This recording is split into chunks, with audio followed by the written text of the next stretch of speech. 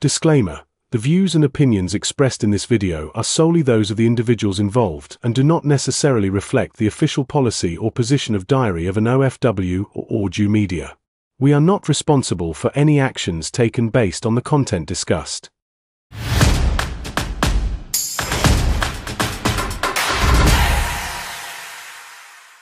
Hi, hello, good morning, good afternoon, good evening sa inyo, and welcome sa isa na namang episode ng Diary of an OFW kung saan ito ang kwento nyo. At kasama po natin ngayon ang pamilyang Jones! Hello po!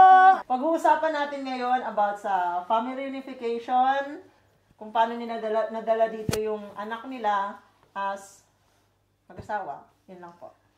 Oo, kasi maraming nagtatanong din yan sa atin kung paano daw ba dadalhin yung pamilya. So, nakita natin na magandang example sila kasi nagawa nilang madala yung anak nila dito sa Czech Republic. Pero, bago ang lahat, paano nga ba kayo dito nakarating? Doon muna ang pinaka-aalamin natin. Ako po, bale, nag-apply sa Eddie Staff Builders as a warehouse operator sa Alza ZZ. Tapos yun, nakailan taon ba ako dun sa Alza? 4 years din 4 years sa Alza. After 4 years, then transfer here sa Amiral, dito sa Hilaba. Ayun. Ganun ako Ilang taon na kayo dito sa Hilaba? 2 years. Ayun, 2 years na kami dito sa Hilaba. So, overall, sa Czech Republic? Almost 7 years na. Oh, Ang tagal ko. So, nauna ka, tapos Nauna ka. Sumunod naman ako. After 3 years naman ako naman, ang agency ko sa Pilipinas ay ABA. So, inano ng company yun, sagot ng company yung visa, medical, as in walang nagastos. So, yung medical namin, nagbayad naman kami, pero within after ng pagdating namin dito, so binayad naman sa amin yung medical. It cost na 2,500 yung mga panahon na yun. So ako naman almost 4 years na. Magpo 4 years na ako dito sa Czech Republic. Nung dumating kayo dito, magkano pa noon yung cost of living compared sa ngayon? Yung nauna ako, di ba? Nauna ako, talagang sobrang mura ng bilihin dito sa Czech Republic. As in, nasa... 10? Hindi, yun, nasa 4 crown lang. Talaga sobrang baba ng bilihin. Yun nga lang, yung sahod natin yun, hindi rin ganun kalaki. Pero, kumbaga, affordable talaga yung bilihin noon, di ba? Sobra. Pero ngayon tumaas yung cost of living Sobrang mahal ng bilihin. Yung sahod naman, yearly tumataas. Pero hindi na ganun Kasapat? Oo, kasapat. Kasi masyadong mataas na yung inflation ng ngayon, diba? Sobrang Inflation taas rate. na inflation. Sa madaling salita, inflation rate. Sobrang laki. Tapos siyempre, lalong tumaas yung cost of living namin. Siyempre, si Eben, dahil, mag-aaral siya. Then, hindi lang tuition fee Nandun din yung ibang yung activities katulad ng may swimming lesson sila sa school nila. Kailangan bayaran ko rin yun. Tapos may food din silang daily lunch meal. So, 34 per meal. 34 crown per meal. So, kailangan ko rin bayaran yun. Monthly, hiwalay pa yun sa tuition fee. Ito yung school na to, parang international. Hindi naman siya international. Private school siya. Private Actually, siya lang yung nag-iisang... Siya lang yung ibang lahi. Siya lang yung Asia. Asia. Pero may Ukrainian, may may Czech. Halo-halo din naman. Ukrainian hindi naman masyado. May mabibilang. Pero kung commonly, nasa talaga siya, Czech school. Czech siya. Czech din talaga. Mostly mga Pero nag-aaral siya ngayon ng Czech language? Oo, nag-aaral siya ngayon. Meron siyang tutor. Home service yung Isa rin yun sa tutor. binabayaran namin. Isa rin yun. Medyo yung cost of living namin. Family na, halimbawa, dalhin niyo yung mga anak niyo dito. Hindi rin basta-basta. Hindi rin basta-basta. Tsaka kailangan niyo talaga ng budget para dyan sa pag-aaral ng mga bata. Hindi kasi pwedeng ipasok yung mga bata sa public kaagad kasi kailangan mong mag-aaral ng Czech language.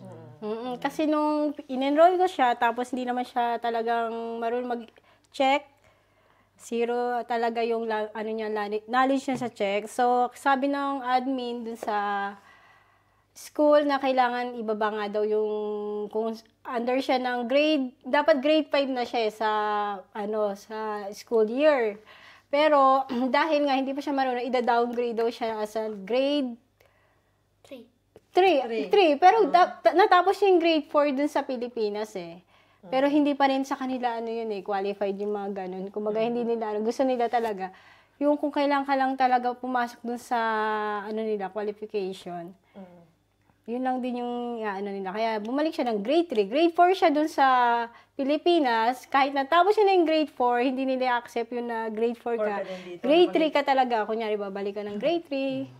Kasi dahil sa Czech language. Dahil sa Czech language. Pero ang nila sa akin nun, once na daw natuto si Heaven, i-accelerate daw nila. Pwede daw gawing grades, hanggang grade 6 daw. Pwede daw siya maging grade 6 na or grade 5. Depende daw kay Heaven. Kaya, doon ako nag-decide na kunan siya ng tutor and the same time sa government ng dito sa Hilaba, pinasok ko siya sa F-Point, dyan sa Masarikobo, maraming halo-halo yun. May Mongolian, Ukrainian, even the Czech children nandun din. Yung F-Point na sinasabi, yun po yung mga government na Government. walang bayad. Wala talagang bayad.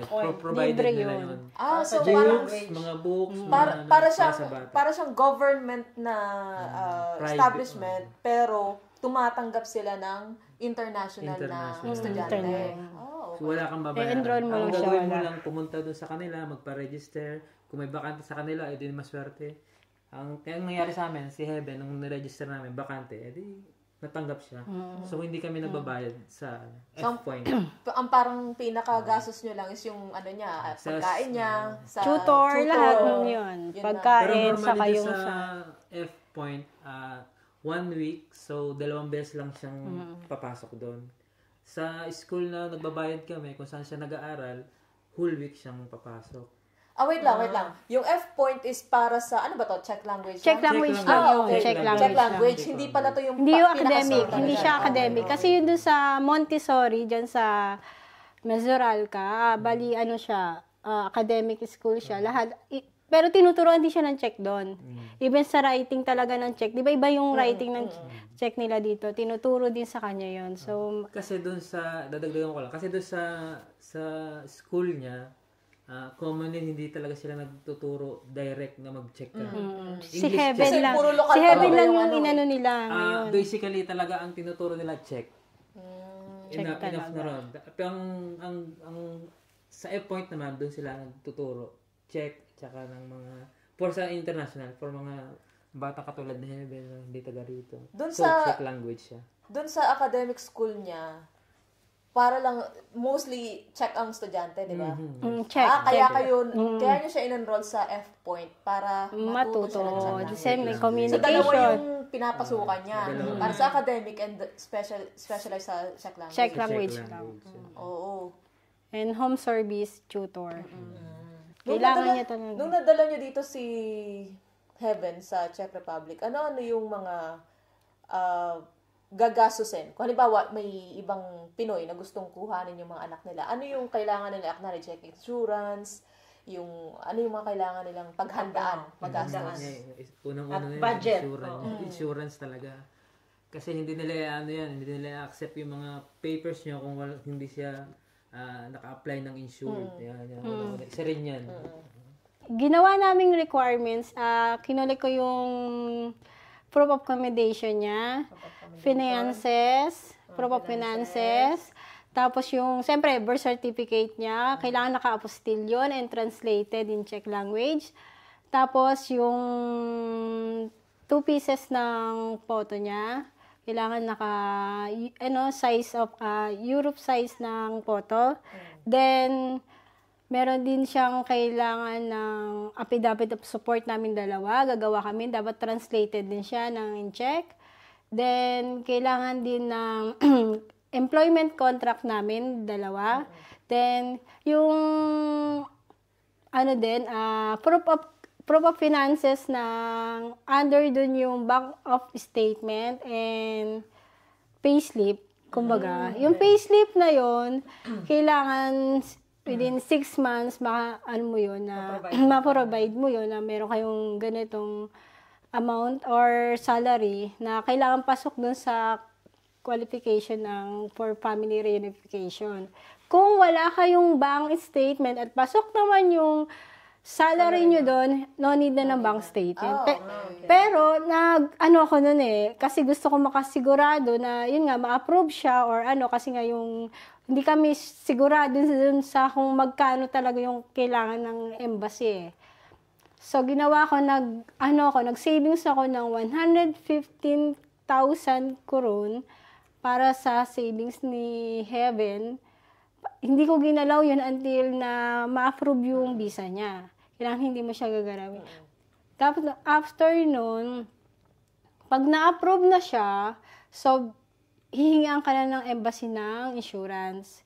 So, yung insurance na yun, so, inano ko lang din yun, hindi ako nag-apply sa private. BZP lang din yun. So, kaya ako nakamura doon. 3,000 lang yung nagastos ko doon. Kasi pag nag-private ka, mas mahal. Saka yung iba kasi ginagawang 3 years na So, ako ginawa ko lang, kung ilang months lang din naman yung validity ng visa niya, na entry visa niya, yun lang din ang kinuha ko. Kasi, i-apply ko lang din siya dito ng BCP under ng husband ko. So, para mas makamura ba? Kasi ang mahal din ng insurance. So, parang pagkuha nyo kay Heaven, anong visa ang in-avail nyo sa Pilipinas? Yung entry visa lang? Hindi pa yung reunification? Reunification siya, another type ng reunification. Reunification siya, In-apply namin reunification, pero entry visa, ang tawag kasi doon ay entry visa lang kasi 3 months lang yun 3 months lang yung valid ng visa niya. After nun, i-apply mo siya dito ulit ng family reunification. So, medyo kailangan mo lang talaga mahabang pasensya sa ng dokumento dahil nga yun nga, magko-collect ka na naman ng requirements niya. Pero hindi na ganun kadami, katulad nung sa Pilipinas. So, dito, pag nag-apply ka na ng family reunification, nandito na yung bata, so, ang kailangan mo na lang, salary statement. So, provided na yun ng company. Then, yung contract namin, then proof of accommodation lang. Parehas lang halos. Yun lang din yung... Wala na yung mga translation na sinasabi. Kaya, mas maganda, pag dumating na yung bata dito, tapos 3 months lang din or 5 months, i-apply mo na agad siya ng kasi nga, di ba, yung process para hindi... Guys, yung process pala nila ay DIY po ito. Hindi po dumaan sa agency or kung sila mismo talaga yung nag-process ng papel ng anak nila. So, siguro yung sinasabi mo na entry visa ng family reunification, baka yun yung sinasabi nila, Daya, na family visit visa. Family visit visa. Parang gano'n. Na papupuntahin nyo muna dito yung family member nyo, tapos saka i-apply ng reunification. Parang gano'n. Ganon nga. So yun, wala namang requirement na show money. Naniguro ka lang. Oo, naniguro lang. Wala naman. Basta yung sahod mo, pasok doon. Total, 2 naman kami.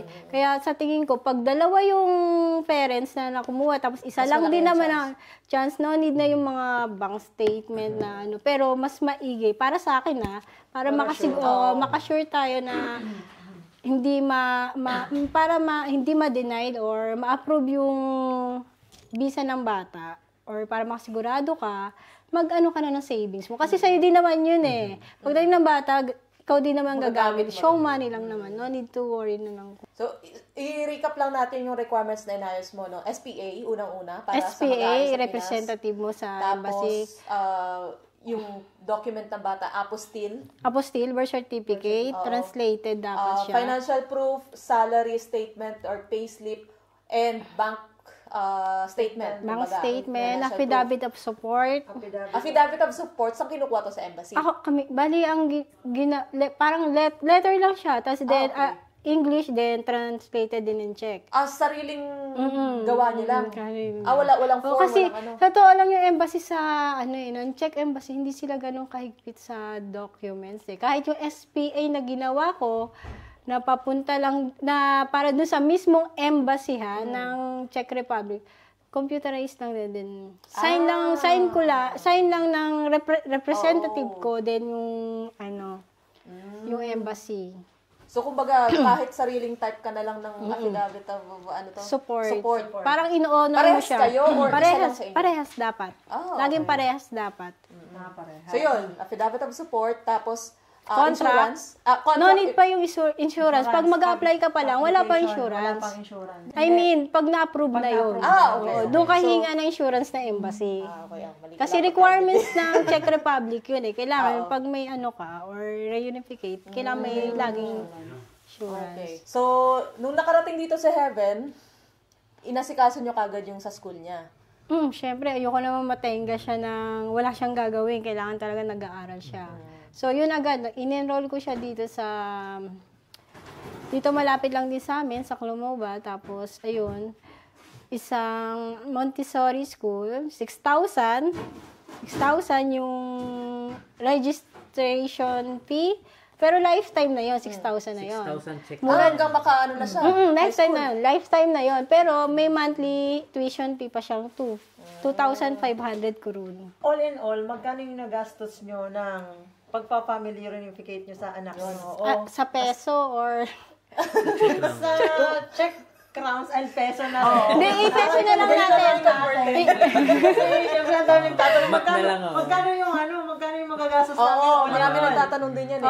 Magkano yung paghahandaan nila bukod sa show money, bukod sa ano? Ayun, kung sa peso, siguro nasa 40,000. Pwede na yun. Kasi Gagastusin natin. pamasahe, syempre, bibigyan mo rin yung asikaso. Oo, SPA nyo. 40,000. 40,000 all in all na yun. 40,000. Pati yung insurance, kasama lahat na yun. So, ano mo na yun, yung Sige, 40K total mo. guys. 40K. Pero pwede mo pa yung pababain kung talagang... Pwede pang tipirin. Oo, pwede. Kasi nga, magastos kasi itong representative. Pero kasi ang baba lang kasi ng ginastos ko kasi nga, ang nagpaano lang talaga doon yung show money. Kasi nga, kailangan. Show money lang naman yun. Pero mo naman talaga yun eh. Ang nangyari naman doon sa show money namin, yun yung ginawa meet namin pang plane ticket. Para sa kay Heaven. Ayun na, ganun ginawa Recycle namin, lang, diskarte namin. Kasi 3 kami, biglaan na yun. So, Yun na lang. grabe ang Magamit nyo mahal rin ng yun. ticket Magamit nun. nyo rin pag halimbawang nag-show money kayo, tapos yun na rin gamitin nyo. Ticket, Katulad pagdating namin. dito, yung 150, ubus na rin agad. So, ipon na naman. Ganun talaga. Tapos, ilang buwan yung pre-nasis nyo mula nung... Cool. Bali, wala pang 5 months nun eh. Kasi, pinasa ko yung documents niya, October 31. Pero na-receive ko na mga March 12. Basta wala pang 5 months. Kulang 4.5, parang ganun. 4.5 months na process yung niya. Visa niya, ayun. At na-approve na Ang galing nga eh, kasi di ba umuwi kami no? Nagbaka sakali lang ako kasi nga nakalagay dun sa ng ministry, 90 days to 120 days. So, nagbaka sakali lahat na, binasas natin, di ba, no? Yung kasal namin, yung Sa madaling salita, yung birthday yung niya, bakasyon natin na naubos nag-isa lang. namin. Yung Tapos visa, yun, nasa bakasyon kami, na-approve yung visa niya, diretso, bili ticket. Kasabay nyo ng pabalik dito. Kaya, Maganda yung tactics yung ginawa. oo, kasi talagang tinansya ko yung yung araw. Galing ka pala sa tansyahan. Kaya nga, sabi ko, at syempre, hindi lang sa tansyahan, magpe-pray talaga. Magpe-pray, kasi malaking bagay yung hihingi tayo ng tulong kay Lord. Kasi siya talaga yung magbibigay sa Kaya atin. naman talaga kahit DIY talaga. Oo, kaya naman. Siguro kasi, sa mga tao na naghahanap ng convenient ba, yung willing naman magbayad, wala nang problema doon na masama doon. Ito lang yung mga para may Choices aware nyo. ka, option mo lang yan. Kung gusto mong gawin talaga, Sa totoo lang, no? Kung Kailangan sa natin madaling magtipid sa talaga, madaling no? salita, budget friendly. Oo, Kasi diba? budget friendly. Wala akong budget na ganun kalaki. Sabi ko, ay, teka lang, baka kaya naman. So, may mga babait na tao talagang, silang kusa pang lumapit sa amin na ganito, sige, tutulungan kitang ganun. Suggest. At itong tumulong sa akin na ito, kapitbahay ko pa pala, kababayan ko. Pero, thank you sa kanya. salamat sa tulong. Salamat. Sa wakas. Ganun talaga. Hindi ka rin naman talaga, hindi mo rin malalaman. talaga. Oo, hindi mo malalaman yung isang bagay kung hindi ka rin Hindi ka nagtatanong. Kailangan lagi tayo magtatanong kung gusto nyo makatipid. Pag may tanong kayo, tanongin niyo siya. Okay lang, marami nagtatanong talaga sa akin. Pero syempre, ako na, hindi naman tayo, tinulungan lang din naman tayo ng ano. So, Tumulong parang din tayo. return mo lang. Kaya nga maganda yung nandito kayo eh. Kasi isang Kasi, salpa ka na lang. sino ba naman yung magulang na gusto malayo sa anak, di ba? Happy ka ba? Happy ka dito? Happy ka? Lagi ko nga siya tinatanong, ilang percent na ba ang gusto mo sa Czech Republic? Ilang percent na ba? Ilang percent na? 50? Yung totoo. Kailangan din kasi nila i-consider na pag dumating dito yung anak nila, may gastos pa yan eh. Hindi naman yung patitirahin mo lang dito eh. Hindi doon natatapos yung ano natin. Yung ating pag-ano. Siyempre. Sa Pinas, kahit di ka magbayad ng insurance, hindi mo mandatory. Oo, hindi mandatory dito talaga sa Czech Yung Republic. yung school sa Pinas, libre. Ang gagastusin mo lang mga project. Saka alam ko tatanungin din nila yung requirements sa school, di ba? Ayun. Yes. So, bago kami umalis dito, sinabihan ko na yung teacher niya na sabi ko, kukunin ko nga si Heaven. Doon sa Pilipinas, na kukunin ko si Heaven, ano na lang, yun nga, yung documents niya, yung Form 137 niya, saka yung mga moral character certificate niya, binigay lahat yun. So, kompleto na. Lahat ng, galing school na documents, hihingin din yan ng school.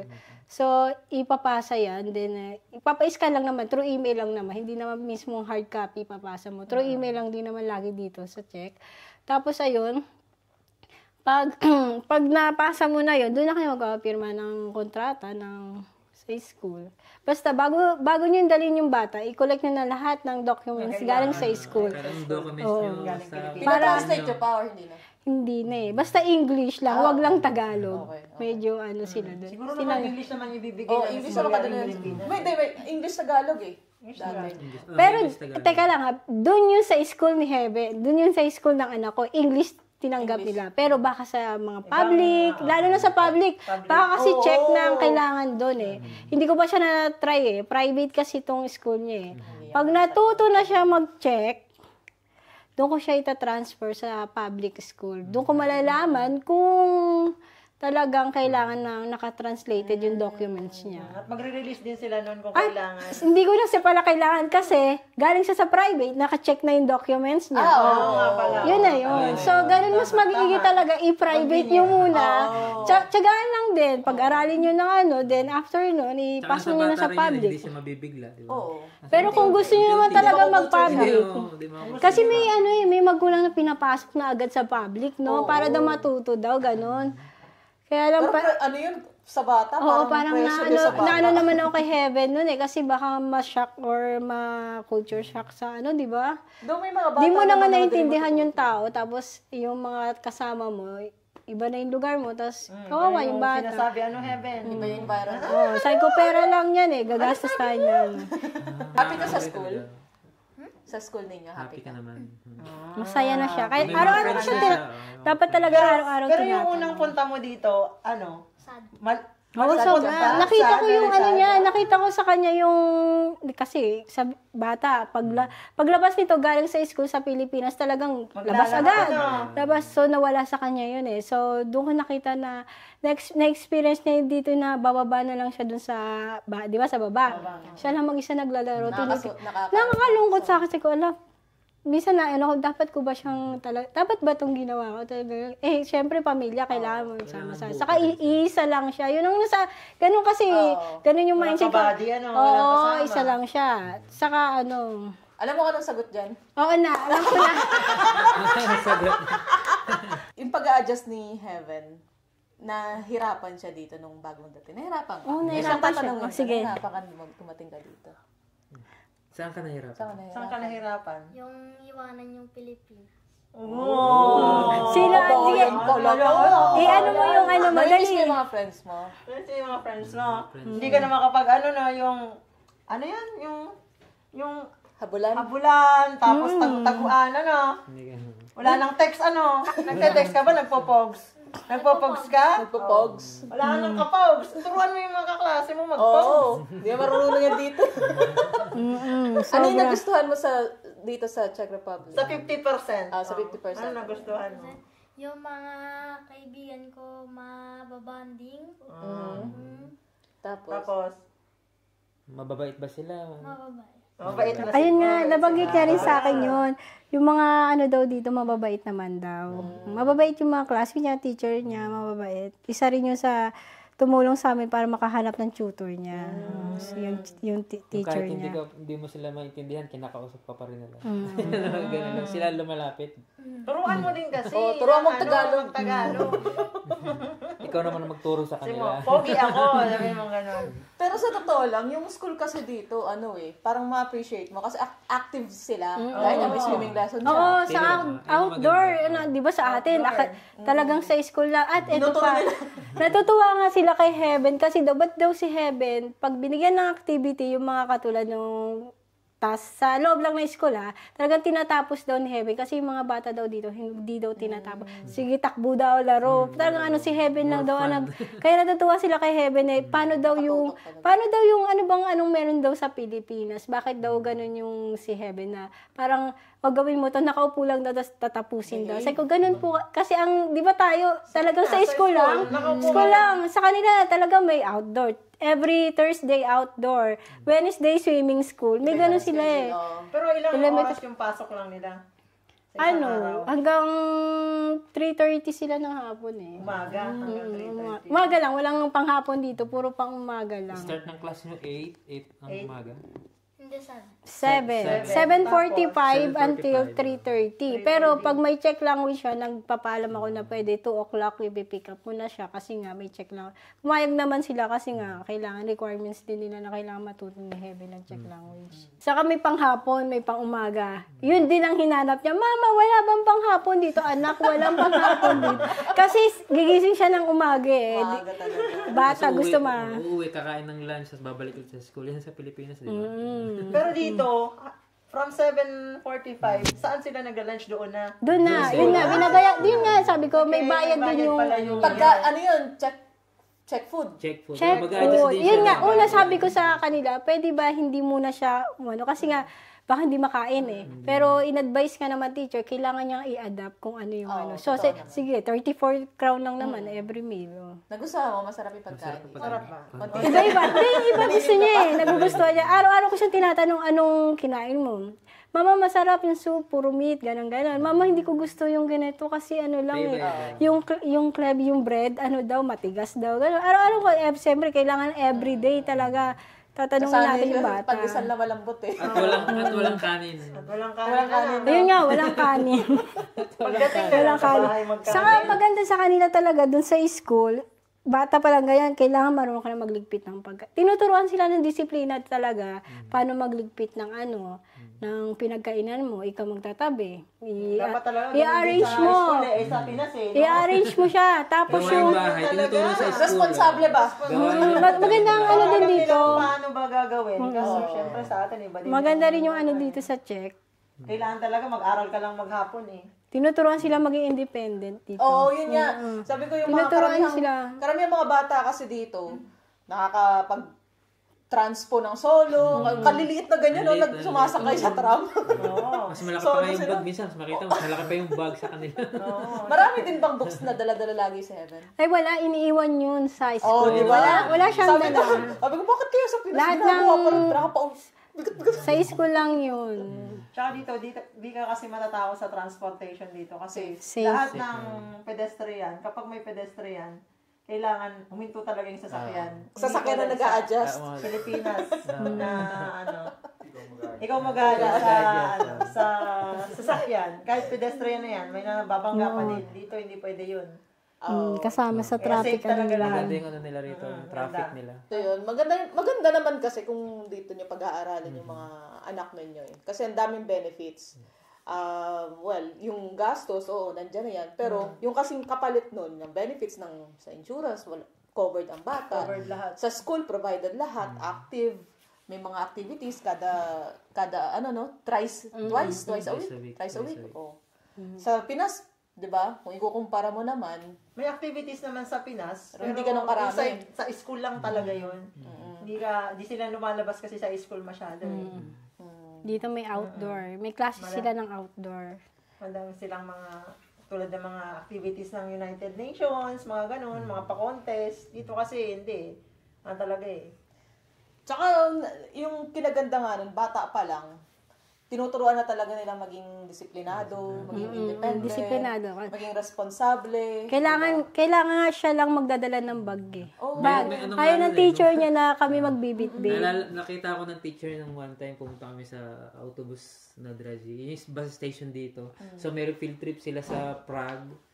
So, ako yung nakabitbit ng bag niya. Nakita siya ng teacher. Nasaan yung bag? Ba't si papa bakit mo? daw? Bakit dapat siya magdala niya? Ang kinausap naman, hindi naman ako yung siya. Bakit si papa mong nagbubuhat na dapat ikaw? Hindi mo kapapabuhat. Sa next time, Hindi pala pwede. Kailangan pala yung bata yung mag-anong buhat. nahiya naman ako nung pinagalitan siya. Siyempre. Nasanay tayo kasi nasanay sa sa Pinas na binubuhat yung bag tapos pag hinahatid sa school, di ba? Ang hinahatid mo pa siya? Hinahatid yun, pero hindi ko na binubuhat yung bag. Siya na. Wala namang susunod books niyan. eh. Sa susunod niya si Heaven, alis na ako, bye! Bye. Wala kayo dyan, no? Panigurado I yan. have my friends. Tapos, lumabas kami, alas 10 na kami na uuwi. Ano? Parang nakikita. Lalaki pa naman. Yung naganda lalaki eh. Kaya, gagalaan lang ako nito. Kaya pag niyakap ko na eh. Kaya anak, pag malaki ka na, naku, gagalaan mo na lang ako. Hindi na sa'yo magpapayakap yan pag binata na. Yung papakiss. So, kamusta naman na nabuo na kayo? Kamusta yung buhay niyo? Siyempre masaya dahil nga almost 7 years hindi namin ito nakasama. 7 years siya. Ikaw yung Medyo Ilang- may time kami nung mas mahaba yung time namin. Pero hindi sila magkasama sa isang bahay din nun eh. Every week, Hiwalay din pumunta ako sa kanila. Nung kailan na ba yung, nung pumunta ka na dito sa Czech Republic nun, di ba? Dinala natin siya sa mama. 2018, nakarating kami. Ito, si Ate Liz, kabatch ko. Love you! Kasama ko rin doon sa EDI. Kasama sa kwarto. So, para sa mga kapwa Pinoy natin dito or OFW na gustong dalhin yung anak nila, ano yung may advice nyo? Or mararecommend nyo ba yung gawin yung gaya ng ginawa niya mag-DIY? Siyempre, oo. Dahil nga una sa financial, di ba? Makakatipid tayo doon. Medyo, kailangan mo lang talagang magtanong ba? Magsipa. Kumaga, tanong ka lang ng tanong. Kasi naman, kung hindi ka magtatanong, talagang magtsatsaga kang Papahirap ka. Or kaya gumastos ka ng Saka kung iisipin mo na sisimplihan, kumbaga, ayokong isiping mahirap. Kumbaga, simplihan kong madali lang to. Ganun kasi yung mindset ko nung ina-apply ko yung application. Ayokong isiping mahirap, madali lang to. So, na-process ko na ma-smooth nga walang hassle ba. Hindi akong nahirapan ng pagpa-process. Saka, tinadya ko pa yung araw, di ba? 92, 100, isabay ko yung birthday niya, tapos nang uwi ko. Sakto, bakasyon namin, na-approve yung visa niya, ayun, nakuha ko. Saka, wag makalimot mag-pray. Yan ang number 1, mag-pray. Smooth ang Tingin tayo lang. Yun naman talagang palaging Pray kay number 1 na kailangan gawin. Tsaka wag sila talaga mahihiya magtanong. Kasi marami dyan mga Pilipino na, dito sa Czech Republic, marami mga Pinoy na ginawa yung mga ganong proseso. Kailangan nyo lang hanapin yung mga taong yun at huwag kayong mahiyang mag-reach out. Kasi for sure naman, tutulong yan sa inyo.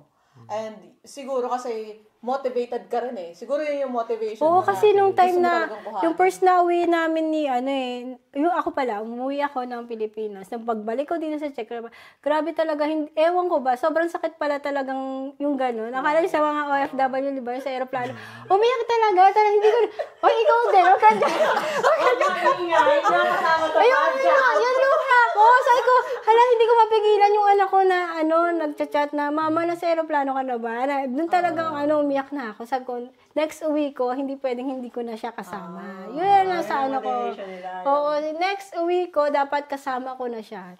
O kaya, pag hindi kunyari, na-denied, stay ako sa, ayoko na siyang iwang mag-isa. Kasi nga, lumalaki siyang hindi niya ako kasama. Isa lang siya Yun sa akin iba-iba naman tayong, iba-iba yung mindset natin, isip natin. Ganun ako. Sabi ko, kukunin ko to. Yun. Thank you, Lord. Thank you sa mga tumulong din sa akin. Well, depende talaga yun sa mindset ng tao. Kung Kung gustong-gusto, kung ano yung gusto mong mangyari. hindi mo iisipin niya na mahirap eh. Madali yung magiging Dadalian ko na yan. yun. Kahit na mahirap, sa tingin ng iba mahirap, pero sa'yo kasi, dahil yun ang gusto mo, desidido ka Oo, makuha desidido yun, ka. padadaliin mo yun. Oo, sa lahat ng bagay, gano'n, di ba, pag may gusto tayo, ay, gusto kong, ikaw, di ba, katulad ng sa gusto mo ma-PR, so, nagawa mo, dahil inisip mo, ay, kaya ko to, dadalian ko. Iniisip mo, Motivation. madali lang to. So, gano'n lang talaga, pag may gusto ka, Oo. isipin mong, madali lang to. Applicable naman yan kasi sa lahat ng area, hindi lang yung sa pag-apply ng visa, hindi lang sa Sa lahat ng bagay. Pag may gusto ka talagang gawin, pag gusto mong magawa or talagang Desidido ka. desidido Push ka. mo yarn. Sabay ganun. Paano yun, te? Push mo yarn. Arte nito eh. Tsaka iba kasi talaga pag kayong may dahilan ka kung bakit ka nandito. Di ba? Kasi yun naman talaga yung pinunta natin, mga OFW. Para sa Siyempre, pamilya. para sa pamilya. Ganun talaga. Though, hindi naman lahat ng tao, gusto makuha yung pamilya nila. Yung iba, gusto mag-for good sa Pinas, di ba? And hindi naman natin sila mabe-blame. Pero yun nga, kung ano yung Gusto niyo goal talaga? nyo, kung ano yung gusto nyo mangyari, doon kayo mag-focus and everything will goes well habang nag-aayos kayo. Kung ano man yung gusto nyo mangyari sa buhay. Pero may kasi na ayaw din naman din kunin yung anak kasi nga daw. Baka nga, yun nga, walang Makukulture kalaro. Oo, kalaro. Una-una yung culture Iba-iba naman din kasi. Yung may mga gusto lang din naman, magtanong, yun. Mag-reach out kayo kay Ate Bay. Sa mga magpa-family reunification, kailangan ba married? Kayo, nung pag-process nyo sa anak nyo, married ba kayong dalawa na nun? Hindi sa po mga time na yon. Hindi po kami married nung time na yon. So, birth certificate, naka-acknowledge ng husband ko yung anak ko, yung si Heaven. So, may kita naman sa birth certificate, yung pirma niya, yung ano. So, okay yun. No need to worry. Pag na-collect na yung lahat ng requirements, syempre, wag niyo kakalimutan application form. Baka makalimutan. Oo. Downloaded din yun dun sa, dito, sa ministry. Di ba, meron akong video Saan na yung website? website na kung saan ka magsasubmit ng application form, my husband. Website nila ay manila.visa@mzup.gov.cz. Check language tutor, magkano po ang nyo? Ang Bali, ito sa kanya kasi 580 per hour. per Per hour? hour yan. One-on-one private tutor. Pero once a week or Once a week lang. once Once a a week lang. Medyo kasi 580 ang rate dito sa Ilaba. sa Hilaba, iba-iba kasi no, Depende every kasi sa city province. yan kung saan kayo. Swerte nyo nga, nakakuha kayo ng English tutor to check. Yun nga, dahil sa tulong din ng kanyang teacher. Example, check lang. Check. Ahoy, dobrý den. Pakilala ka rin. Já jsem Jen z Filipínské. Ilan taong ka na? Já jsem 10 let. Wow! Galing! Kung masaya ka dito, anong sabihin mo? Já jsem veselý 50%. So magka-closing na tayo. At bago namin kino-close yung video is nagpapaiwan kami ng tanong. But before that, sasagot muna kayo dun sa iniwanan na tanong ng previous interview.